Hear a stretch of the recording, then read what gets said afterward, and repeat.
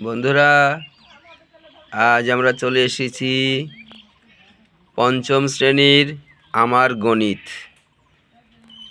পৃষ্ঠা নাম্বার ৪৪। দেখো লেখা রয়েছে প্রজাতন্ত্র দিবস পালন করি। ১ নম্বর অঙ্ক রয়েছে, দেখো আজ প্রজাতন্ত্র দিবস। পাড়ার ক্লাবে পতাকা উত্তোলনের পরে আমরা 30,675টি লজেন্স প্রত্যেকের মধ্যে সমান ভাগে ভাগ করে দিলাম। প্রত্যেকে 5টি করে লজেন্স পেল। ওই দিন কতজন উপস্থিত ছিলেন হিসাব করি।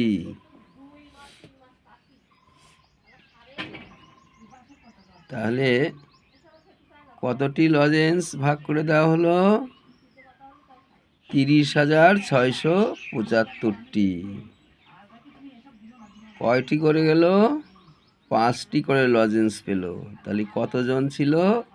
5 দিয়ে 30,675কে ভাগ করতে হবে। তাহলে আমরা ছাত্র সংখ্যা বা উপস্থিতির সংখ্যাটা আমরা পেয়ে যাব।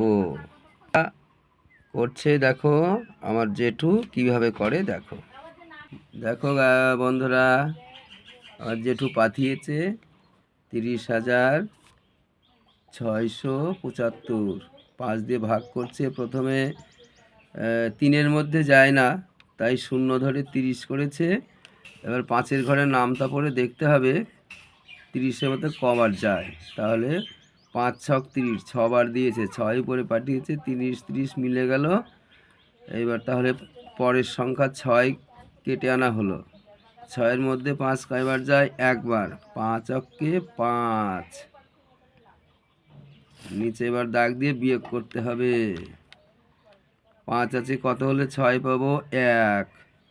এইবার 7 কেটে আনা হলো পরের সংখ্যা। তাহলে কত হলো? 17। 17-এর মধ্যে 5 কবার যায়? 5-এর ঘর নামতা পড়তে হবে। 3 5 15। 4 বার দিলে 4 5 20 বেশি হয়ে যাবে, সেই জন্য 3 বার দিল, 15 হলো। 5 আছে, কত হলে 7 পাবো? 2। হাতে নেই, একে একে বাই মিলে গেল, 22 শূন্য বসে না। তারপরের সংখ্যা দেখো 5 কেটে আনলো। তাহলে হলো কত? 25। 5 25 মধ্যে কয়বার যায়? 5 বার। 5 5 25 মিলে গেল।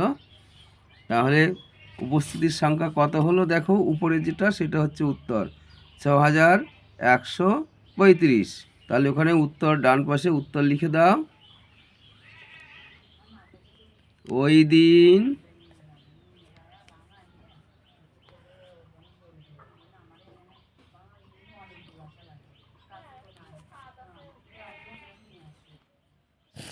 ওই দিন 6,135 জন উপস্থিত ছিলেন।